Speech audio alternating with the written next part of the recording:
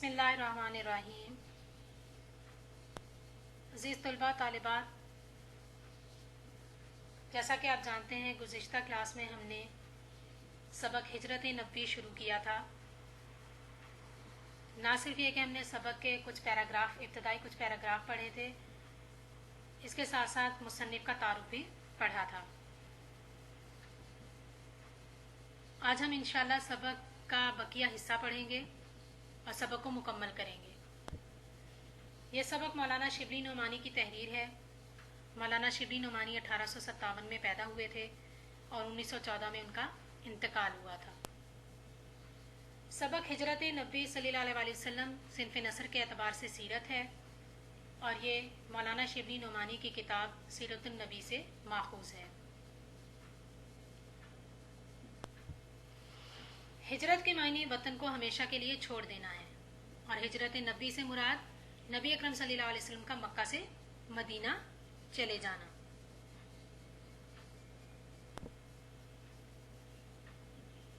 गुज़िश्ता paragraph में हमने जो चीज़ें पढ़ी थी उनमें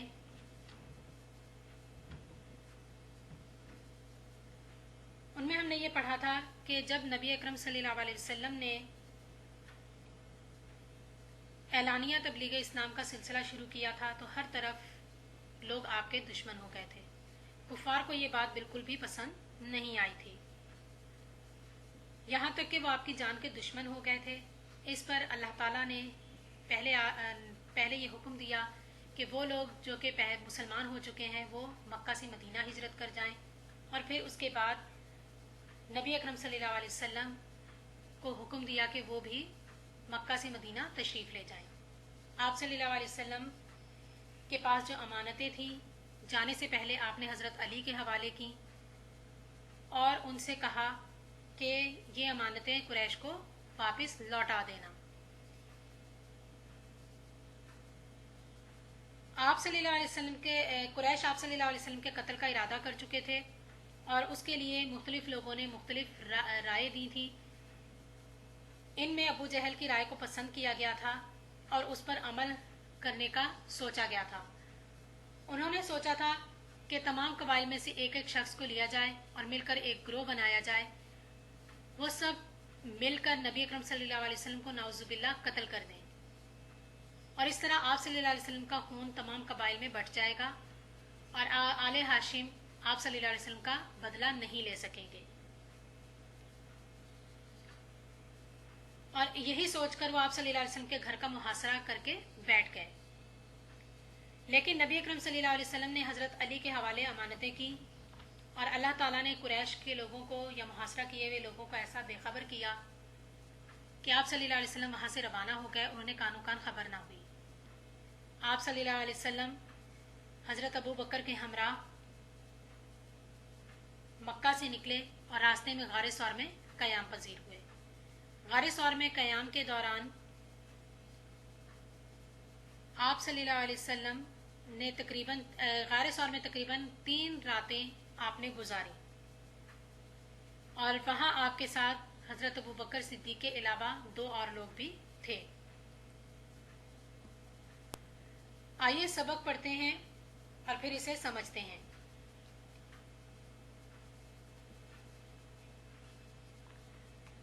हज़रत अबू बकर सिद्दीक़ रज़ी अल्लाह ताला अन्हो के बेटे अब्दुल्ला जो नौखेज़ जवान थे, नौखेज़ यानी नए नए नौजवान, शब को गार में साथ होते, सुबह मुंह अंधेरे शहर जाते और पता लगाते कि कुरैश क्या मशवरा कर रहे हैं। जो कुछ खबर मिलती शाम को आकर हज़रत सल्लल्लाहु अलैहि वसल्लम से अर्ज करते। हज़रत अबू बकर सिद्दीक़ रज़ी अल्लाह ताला अन्हु का गुलाम कुछ रात गए बकरियां चरा कर लाता और आप सल्लल्लाहु अलैहि वसल्लम और हज़रत अबू बकर सिद्दीक़ रज़ी अल्लाह ताला अन्हु उनका दूध पी लेते। 3 दिन तक सिर्फ यही ग़िज़ा थी।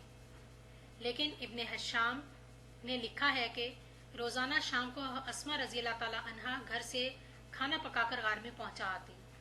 इसी तरह 3 रातें गार में गुजारी।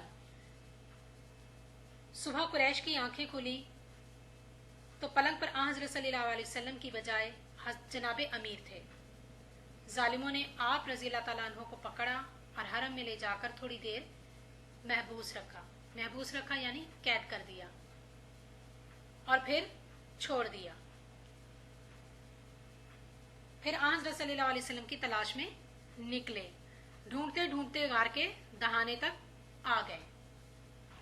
दहाने यानी गार का मुंह, जहां से गार में दाखिल हुआ जाता है।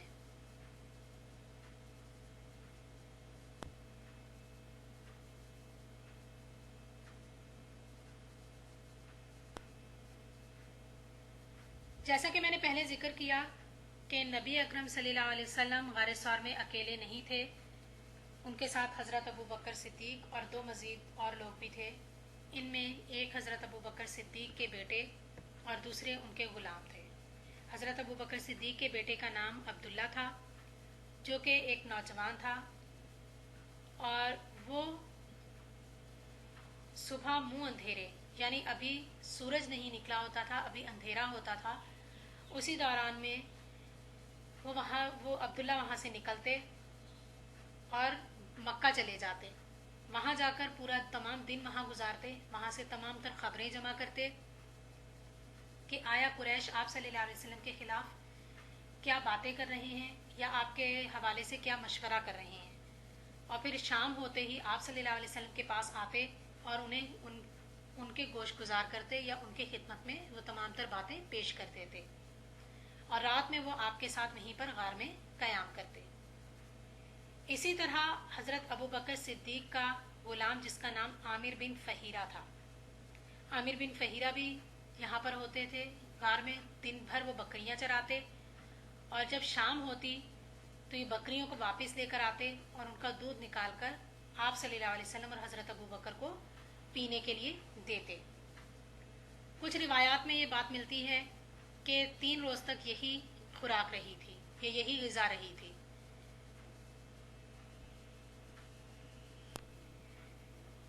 लेकिन मुसन्निफ़ लिखते हैं कि इब्ने हशाम, जो कि एक मुसन्निफ़ गुज़रे हैं, उन्होंने अपनी किसी किताब में लिखा है कि हज़रत अस्मा, जो कि हज़रत अबू बकर सिद्दीक की बेटी थी, हज़रत अस्मा रोज़ाना घर से खाना पकाकर गार में पहुंचाने का काम भी किया करती थी।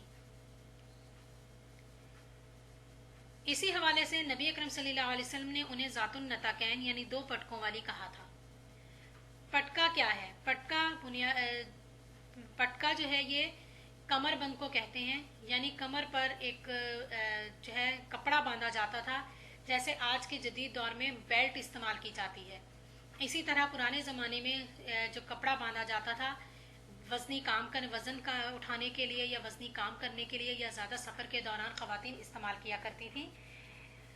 तो इसको जो है हज़रत अस्मा के अपनी कमर पे जो पटका बांधती थी, उसे 2 हिस्सों में उन्होंने तकसीम किया था, करके दोनों साइडों पर उनमें खाना बांधकर अपनी कमर के साथ बांधती थी, और वो आप सल्लल्लाहु अलैहि वसल्लम को खाना पहुंचाने का काम करती थी, ताकि उन्हें उन पहाड़ियों में से गुजरने में आसानी रहे, हाथ आज़ाद रहें उनके, और वो पहाड़ी इलाके में आसानी से सफ़र कर सकें। कहा जाता है कि रोज़ाना शाम को हज़रत अस्मा जो है वो खाना पका कर लाती थी और आप सल्लल्लाहु अलैहि वसल्लम के हवाले कर दिया करती थी। इसी खिदमत की वजह से नबी अकरम सल्लल्लाहु अलैहि वसल्लम ने आपको ज़ातुन नताकैन यानी 2 पटकों वाली का नाम दिया था। कहा जाता है कि आप सल्लल्लाहु अलैहि वसल्लम हज़रत अस्मा से बेहद प्यार करते थे, क्योंकि वो उनके अजीज़ दोस्त हज़रत अबू बकर सिद्दीक की बेटी थी। और इसके अलावा कहा जाता है कि हज़रत अस्मा जो है, इन्होंने एक तवील उम्र पाई थी। एक रिवायत में मिलता है कि उन्होंने 100 साल की उम्र ने पाई थी। ये सामने आपको जो तस्वीर नजर आ रही है, हज़रत अस्मा की कब्र की तस्वीर है।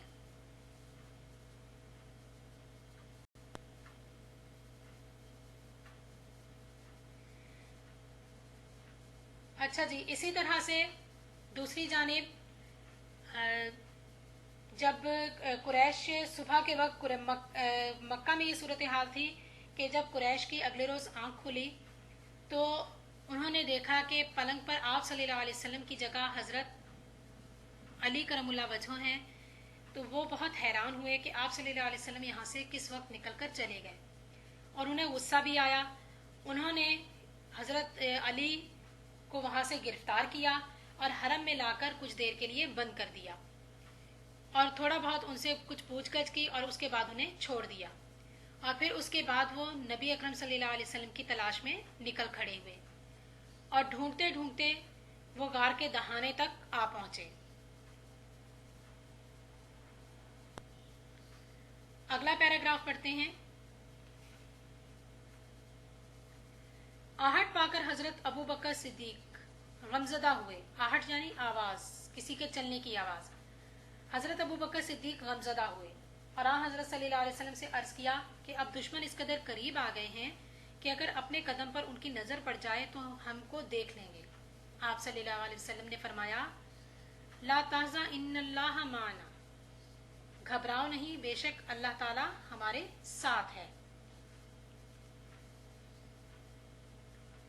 قریش نے اشتہار دیا کہ جو شخص محمد صلی اللہ علیہ وسلم کو یا ابو بکر کو گرفتار کر کے لائے گا اسے ایک خون بہا کے برابر 100 اونٹ انعام دیا جائے گا۔ خون بہا یعنی خون کا بدلہ۔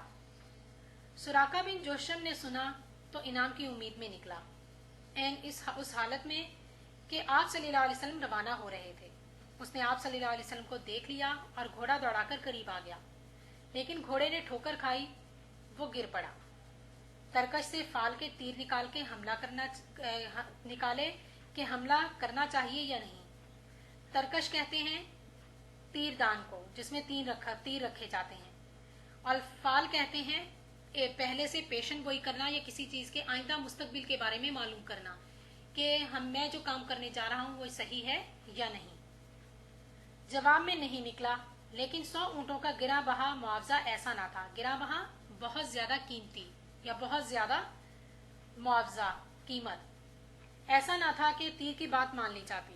دوبارہ گھوڑے پر سوار ہوا اور آگے بڑھا۔ اب کی بار گھوڑے کے پاؤں گھٹنوں تک زمین میں دھنس گئے۔ گھوڑے سے اتر پڑا اور پھر فال نکالی۔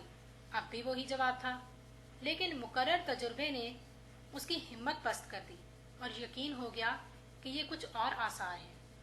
ہمت پست کر دینا، ہمت توڑ دینا یا کم کر دینا۔ آثار، نشانیاں۔ حضرت صلی اللہ علیہ وسلم کے پاس آ کر قریش کے اشتہار کا واقعہ سنایا اور درخواست کی کہ مجھ کو امن کی تحریر لکھ دیجیے، یعنی معافی نامہ۔ حضرت ابو بکر صدیق رضی اللہ تعالیٰ عنہ کے غلام عامر بن فہیرہ نے چمڑے کے ایک ٹکڑے پر فرمان امن لکھ دیا۔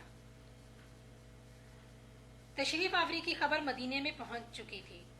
تمام شہر ہمتن چشم انتظار تھا۔ ہمتن چشم انتظار، شدت کے ساتھ انتظار کرنا۔ معصوم بچے فخر اور جوش میں کہتے پھرتے تھے، پیغمبر صلی اللہ علیہ وسلم آ رہے ہیں۔ لوگ ہر روز تڑکے سے نکل کر شہر کے باہر جمع ہو جاتے، تڑکے یعنی صبح سویرے، اور دوپہر تک انتظار کر کے حسرت کے ساتھ واپس چلے آتے۔ ایک دن انتظار کر کے واپس جا چکے تھے کہ ایک یہودی نے کلے سے دیکھا اور کرائن سے پہچان کر پکارا۔ کرائن کرینے کی جمع ہے، اس کے معنی ہے طور طریقہ یا نشانیاں۔ اہل عرب کرائن سے پہچان کر پکارا، اہل عرب لوگ جس کا انتظار کرتے تھے وہ آ گیا۔ تمام شہر تکبیر کی آواز سے گونج اٹھا۔ تکبیر یعنی اللہ اکبر کا نعرہ۔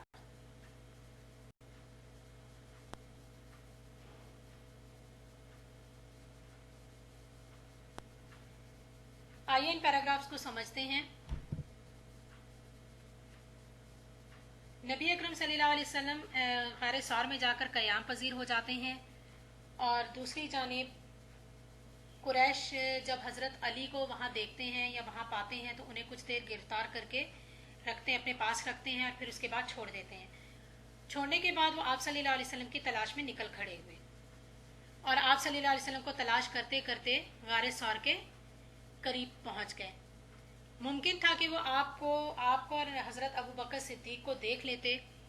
ان کے پاؤں کی آواز یا آہٹ پا کر حضرت ابو بکر صدیق بہت زیادہ گھبرائے اور پریشان ہو گئے کہ اب ہم پر ان کی نظر پڑ جائے گی۔ لیکن اس وقت اللہ تعالیٰ کی جانب سے سورہ توبہ کی آیت نمبر 40 نازل ہوئی اور آپ صلی اللہ علیہ وسلم نے وہی آیت حضرت ابو بکر کو کہ گوش گزار کی، گھبراؤ نہیں، بے شک اللہ تعالیٰ ہمارے ساتھ ہیں۔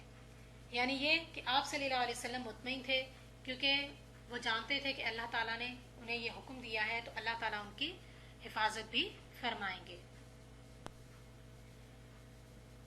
آخر کار قریش کی نظر آپ پر نہ پڑ سکی اور وہ آپ کو ان غار اور خاص طور پر اس وقت جب کہ غار کے دہانے پر مکڑی نے جالا بن رکھا تھا اور کبوتر نے گھونسلہ بنا کر انڈے دے رکھے تھے، تو ان کے وہم و گمان میں بھی نہیں تھا کہ یہاں پر کوئی شخص اندر بھی موجود ہوگا، لہٰذا وہ آپ صلی اللہ علیہ وسلم کو تلاش کرتے کرتے وہاں سے واپس چلے گئے، مایوس ہو کر واپس چلے گئے۔ واپس جانے کے بعد انہوں نے ایک اشتہار دیا یا ایک اعلان کروا دیا کہ جو بھی شخص آپ صلی اللہ علیہ وسلم کو اور حضرت ابو بکر صدیق کو گرفتار کر کے لائے گا اسے ایک خون بہا یعنی 100 اونٹ انعام دیا جائے گا۔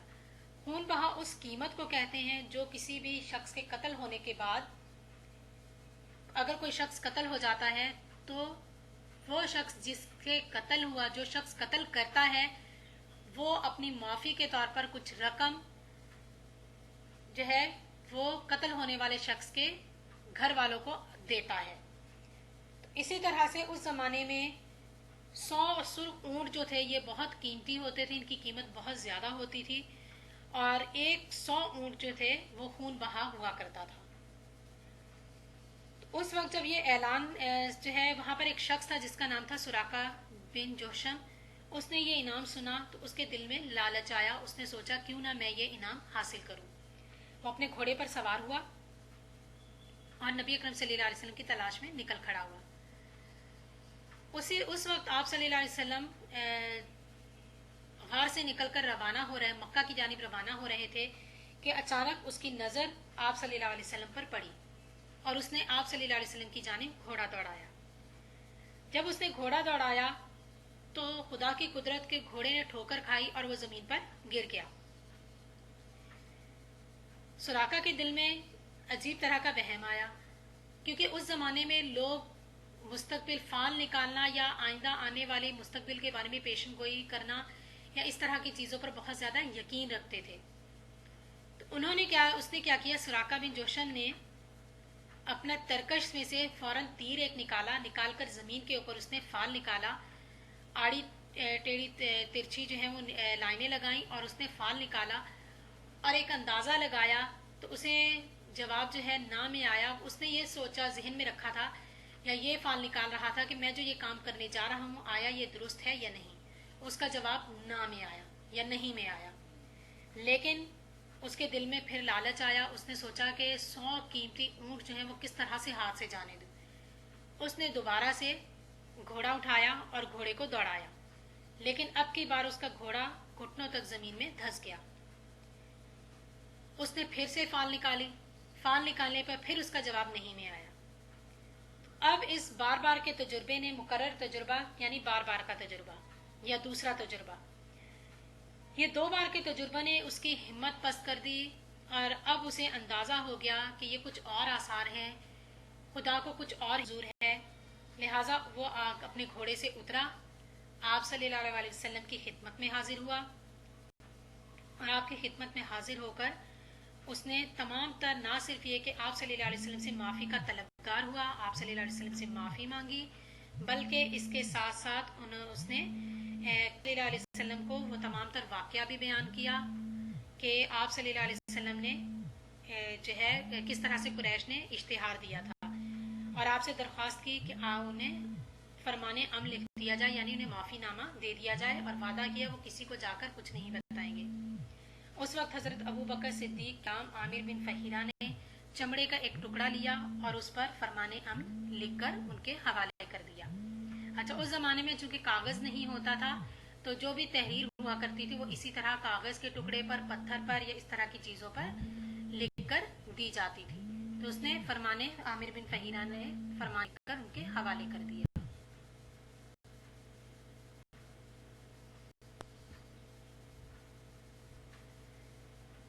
عامر بن فہیرہ کو فرمان امن لکھ کر آپ صلی اللہ علیہ وسلم نے اس کے حوالے کیا اور اسے روانہ کر دیا، اور پھر اس کے بعد آپ صلی اللہ علیہ وسلم اپنے سفر پر روانہ ہو گئے۔ چونکہ اس زمانے میں سفر پیدل ہوتا تھا اور اس میں کافی وقت لگتا تھا، دوسری جانب مدینے میں آپ صلی اللہ علیہ وسلم کے آمد کی خبر جو ہے لوگوں کو پہنچ چکی تھی اور لوگ بہت شدت کے ساتھ آپ کا انتظار کر رہے تھے۔ یہاں مصنف نے تمام شہر ہماتن چشم انتظار کا लफ्ज इस्तेमाल किया है। हमातन चश्मे इंतज़ार, ये कि इतनी शिद्दत के साथ इंतज़ार करना कि खुद जो है पूरा का पूरा शहर जो है वो इस इंतज़ार की शिद्दत को जाहिर करने के लिए मुसन्निफ कहते हैं कि पूरा शहर जो है वो आंख बन चुका था, एक ऐसी आंख जो कि किसी का शिद्दत के साथ इंतज़ार कर रही हो। तो पूरे शहर के तमाम लोग जो हैं वो आप सल्लल्लाहु अलैहि वसल्लम का शिद्दत के साथ इंतज़ार कर रहे थे, और छोटे बच्चे, मासूम बच्चे बहुत खुशी से खुश थे और बड़े फ़ख्र से ये कहते थे कि पैगंबर सल्लल्लाहु अलैहि वसल्लम आने वाले हैं। और हर रोज़ वो सुबह सवेरे उठते और शहर से बाहर निकलकर जमा हो जाते और दोपहर तक जो है वो आप सल्लल्लाहु अलैहि वसल्लम का इंतज़ार करते थे और इंतज़ार करते। इसी तरह से एक रोज़ वो आप सल्लल्लाहु अलैहि वसल्लम का इंतज़ार करने के लिए निकले, सुबह सवेरे निकले, दोपहर तक इंतज़ार करके वो वापस चले गए। लेकिन उनके जाने के बाद अचानक एक यहूदी ने एक कले में से देखा, तो अचानक उसे दूर से कोई आता हुआ दिखाई दिया और एक अंदाज़ा या तौर तरीके या करीने से, कराइन से देखकर, यानी निशानियां या जो उसने आप सल्लल्लाहु अलैहि वसल्लम के मुतालिक सुन रखा था कि आप सल्लल्लाहु अलैहि वसल्लम ऐसे हैं और उनका अंदाज ये है, उन तमाम तौर तरीकों को देखते हुए उसने पहचान लिया कि आप सल्लल्लाहु अलैहि वसल्लम और हज़रत अबू बकर सिद्दीक़ तशरीफ़ ले आए हैं। और उसने एक ज़ोरदार आवाज़ के साथ अहले अरब को पुकारा और उन्हें कहा कि वो देखो जिसका इंतज़ार कर रहे थे वो आ गया है, यानी आप सल्लल्लाहु अलैहि वसल्लम, ए अरब वालों आप सल्लल्लाहु अलैहि वसल्लम तशरीफ़ ले आए हैं। और उसका नतीजा क्या निकला कि तमाम लोग अपने घरों से निकलकर वहाँ पर आप सल्लल्लाहु अलैहि वसल्लम के इस्तकबाल के लिए रवाना हुए और पूरे शहर में अल्लाह अकबर के का नारा गूंज उठा, या पूरा शहर जो है अल्लाह अकबर के नारे से गूंज उठा। इस तरह से आप सल्लल्लाहु अलैहि वसल्लम मक्का से मदीना तशरीफ ले आए। ये सबक हमारा सीरतुन नबी से माखूज था।